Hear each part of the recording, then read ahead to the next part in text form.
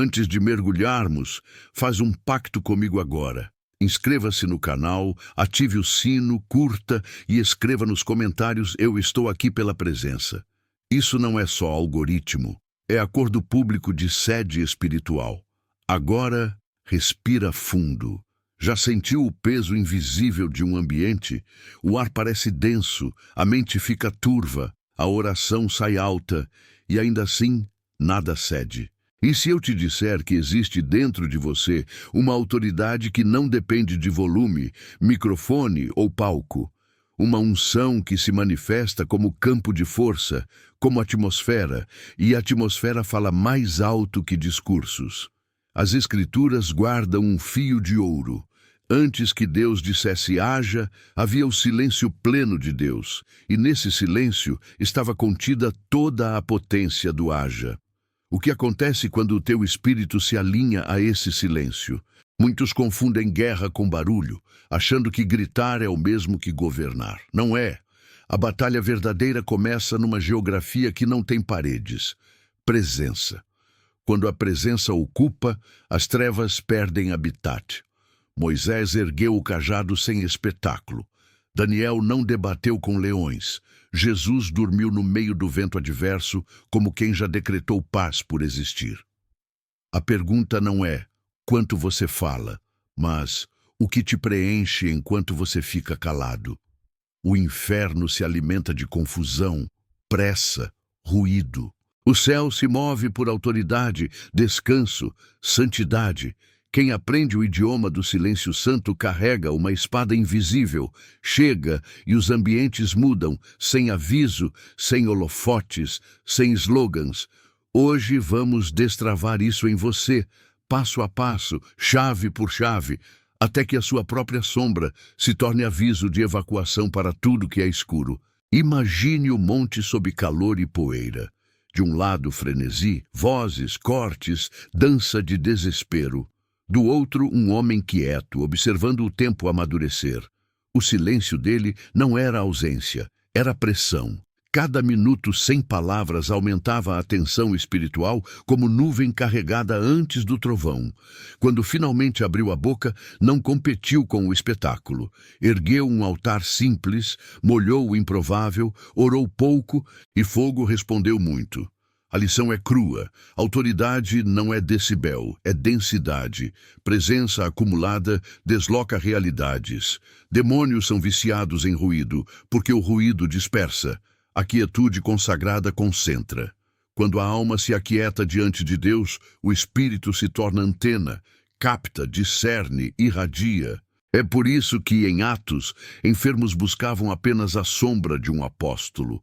Não era magia, era saturação. Corpo como templo, células como candelabros, o humano transfigurado em hospedaria da glória. A sombra é só a geometria visível dessa habitação. Quer perceber o começo? Olhe o cotidiano. O elevador onde alguém carrega tristeza, a sala onde discussões são norma, a casa que nunca silencia. Introduz intervalos de reverência, minutos sem tela, sem ruído, sem fuga. Leia pouco e mastigue muito. Cante baixo, adore fundo. Purifique os olhos. Aquilo que contamina o olhar apaga o farol do corpo. O silêncio santo não é vazio místico, é espaço aberto para o sopro do Espírito. Quando esse sopro enche, a tua quietude ganha voz. E a voz que nasce daí não precisa convencer, ela governa. A presença, então, se torna liturgia contínua. Entrar é já orar, respirar é já interceder, permanecer é já expulsar.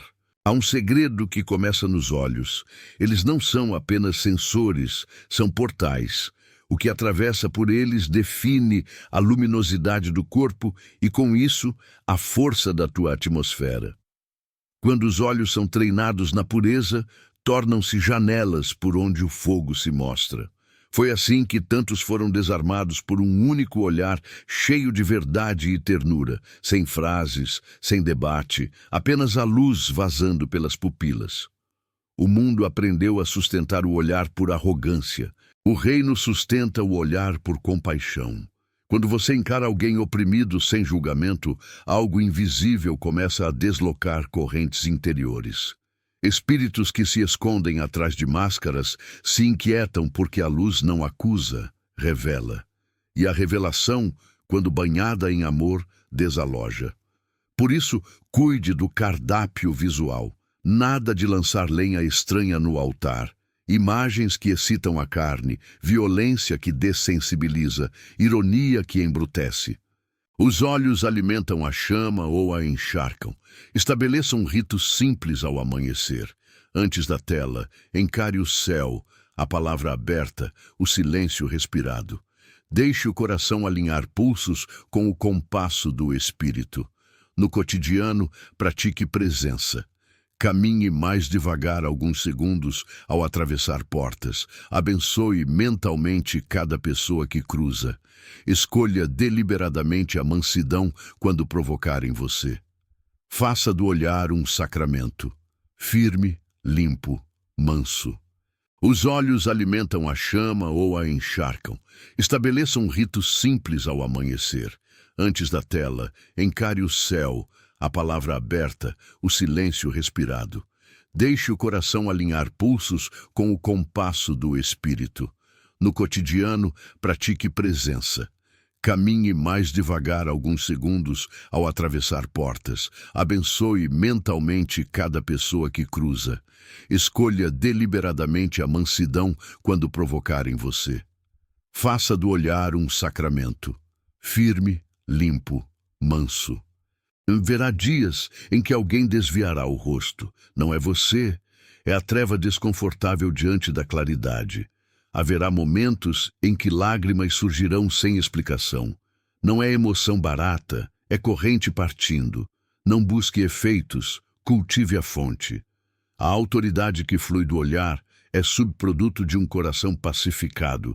E coração pacificado nasce quando rendemos a língua ao silêncio e o pensamento à adoração. De tanto contemplar o santo, e tornamo-nos refletivos. De tanto refletir, passamos a emitir. Então a tua presença começa a falar pelos olhos. Vinde, luz, sede, treva. Agora, afie a lâmina da presença com a forja do jejum. Jejum não é dieta devocional, é engenharia do espírito. Ao reduzir vozes da carne, você elimina ruído interno e amplia a recepção.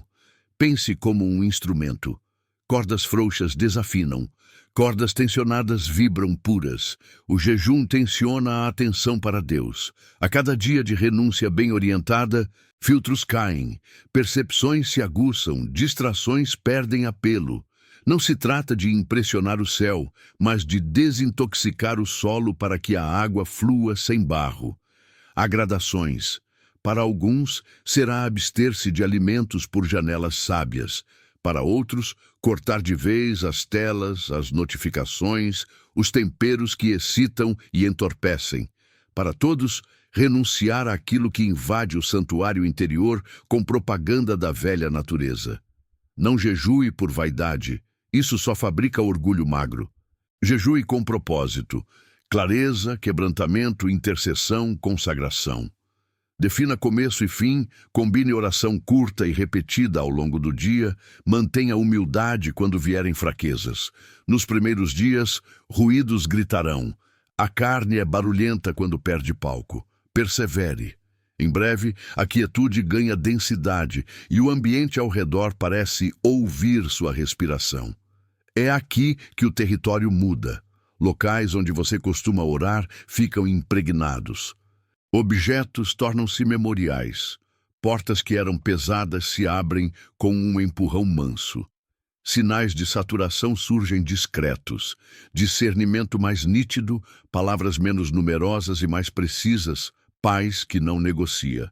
E sem propaganda, efeitos colaterais da presença. Discussões murcham antes de explodir. Vícios perdem sabor. Medos desaprendem o caminho de volta. A regra é simples e severa. Jejum sem amor vira legalismo. Jejum com amor vira trilho para o fogo. Quando a fome do corpo serve à fome de Deus, nasce uma frequência que trevas não suportam. Você entra e elas saem, sem aviso, sem anúncio, sem barulho. O Espírito age até em fibras e tecidos. Atos narra que lenços e aventais que haviam tocado o corpo de Paulo eram levados a enfermos, e o resultado era sempre o mesmo. Doenças batiam em retirada e espíritos malignos fugiam. Não eram palavras gravadas no pano, era a presença impregnada. O corpo de Paulo se tornara a antena contínua do céu. Cada gota de suor carregava vestígios de oração, de adoração, de entrega. Ele não vivia visitando o sagrado, ele habitava nele. Assim, até aquilo que parecia comum, um tecido, se tornava extensão da autoridade. Essa realidade confronta nossa fé atual. Quantos de nós saturamos nosso ambiente a ponto de deixarmos rastros da presença em objetos e lugares? É como se os móveis da casa carregassem a memória da adoração, as paredes respirassem intercessão, o chão guardasse lágrimas consagradas. Isso não é misticismo barato, é vida entregue que vaza a presença. Mas aqui mora um perigo, a falsificação. Muitos tentam comercializar símbolos, vendendo água, ao óleo, como se a presença fosse mercadoria. A diferença entre o verdadeiro e o falso é cristalina. Paulo não vendia nada, a unção era overflow, não produto. O que é impregnado não é o pano, é a vida consagrada. Objetos não libertam, a glória de Deus neles sim. Essa é a linha que separa superstição de autoridade. O convite é claro, torne-se vaso cheio até transbordar. Quando o transbordo é real, até o ordinário se torna extraordinário. Agora, observe a Arca da Aliança. Nenhuma palavra saiu dela, mas onde chegava, realidades se dobravam. No templo de Dagon, bastou a presença para o ídolo cair de rosto no chão. No dia seguinte, mãos e cabeça decepadas, como se o invisível tivesse desferido o golpe. Não houve profeta gritando, não houve campanha de libertação, houve apenas a presença de Deus contida em um objeto separado, puro, consagrado. Os filisteus apavoraram-se, porque a arca era como bomba espiritual em território inimigo. Mas eis a revelação mais temida pelo inferno. Hoje, você é essa arca, não de ouro físico, mas de carne saturada pelo Espírito. Dentro de ti pode habitar a palavra viva, a provisão do maná espiritual e a vara que floresce, sinal de autoridade divina. O problema é que muitos vivem sem consagração, e por isso suas presenças não abalam nada. A arca era separada, intocável, feita de especificações divinas. Do mesmo modo, sua vida precisa ser moldada sem misturas, pureza, entrega, renúncia. A presença não habita no casual, mas no consagrado. Carregar presença nesse nível exige temor, exige preparar-se como sacerdote antes de se aproximar. Não é religiosidade vazia, é sobrevivência espiritual. Toque a glória de forma leviana e será esmagado. Carregue-a com reverência e se tornará terror para principados. Essa é a diferença entre viver vida comum ou ser território santo ambulante. Quando você compreende e honra essa dimensão, a atmosfera ao seu redor se torna aviso de evacuação para tudo que é impuro. Há um detalhe precioso que poucos percebem. Quando Davi tocava sua harpa diante de Saul, não havia discursos, não havia confrontos verbais, não havia frases de efeito. Apenas acordes ungidos enchiam o ar e o espírito maligno era forçado a fugir. Isso nos ensina que a música, quando consagrada, não é mero entretenimento, é guerra espiritual em forma de som. Cada nota emitida se torna flecha invisível, cada melodia ressoa como martelo contra fortalezas demoníacas. Satanás, antes de cair, era maestro do louvor celestial. Ele conhece o poder da música melhor que qualquer ser criado. Por isso, corrompeu tanto a arte sonora na terra. sabe que melodias têm o poder de moldar atmosferas. Hoje vemos canções vazias que emocionam, mas não transformam, porque não carregam o peso da presença. A harpa de Davi não expulsava demônios por técnica, mas por santidade. O segredo não está na corda de tripa ou no talento humano, mas nas mãos puras que a tocavam. Quem vive com o coração dividido não pode esperar que sua música carregue fogo. Mas quando há rendição, até um acorde simples se torna terremoto espiritual. Isso nos lembra que a batalha contra as trevas não se vence apenas com sermões, mas com frequências santas que ecoam do céu para a terra. Ao encher seu lar com louvor genuíno, você não apenas decora o ambiente, você ergue muralhas sonoras contra a opressão. O demônio não suporta a vibração da presença. É como permanecer dentro de um trovão sem fim. Por isso, escolha com discernimento o que toca, o que canta, o que ouve. Sua playlist pode ser portal de luz ou brecha para trevas. Mas há algo ainda mais profundo, o território santo. Em Êxodo, Moisés encontra a sarça ardente e ouve: tira as sandálias dos pés, porque o lugar em que estás é terra santa. Repare, não houve exorcismo, não houve batalha verbal. Foi o próprio Deus quem transformou aquele pedaço de deserto em espaço proibido para trevas. A presença criou uma zona de exclusão espiritual. Isso pode acontecer hoje com sua casa, seu quarto, seu trabalho. Quando você consagra ambientes com disciplina, oração e reverência, eles se tornam impraticáveis para espíritos malignos. É como um campo magnético que repele qualquer impureza. Mas há uma condição: tirar as sandálias. Elas simbolizam a poeira da caminhada, os vínculos com o profano, os hábitos que carregam sujeira.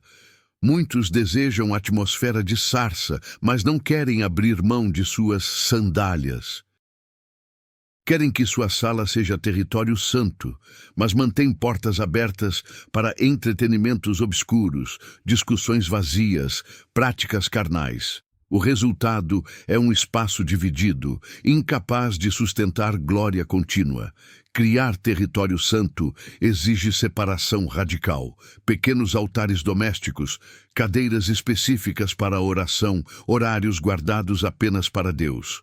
Com o tempo, a presença se acumula, como orvalho em madrugada silenciosa. Lugares assim guardam memória espiritual.